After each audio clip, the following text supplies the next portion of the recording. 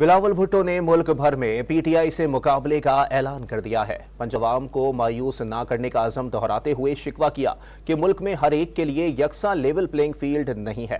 انہوں نے دہشت گردوں کو دوبارہ آباد کرنے کی غلط پالیسی بنانے والوں کے احتساب کا مطالبہ کیا۔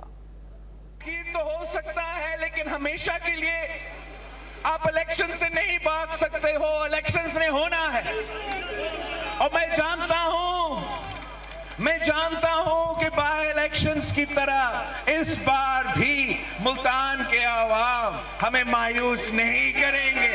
جو سیاسی جماعتیں ہیں جو کٹ پتلی بن کے ہم پہ پہلے مسلط ہوئے اور پھر ملک پہ حملہ آور تھے، انشاءاللہ تعالی ہم ساتھ مل کے نہ صرف ملتان میں ان کو ہروائیں گے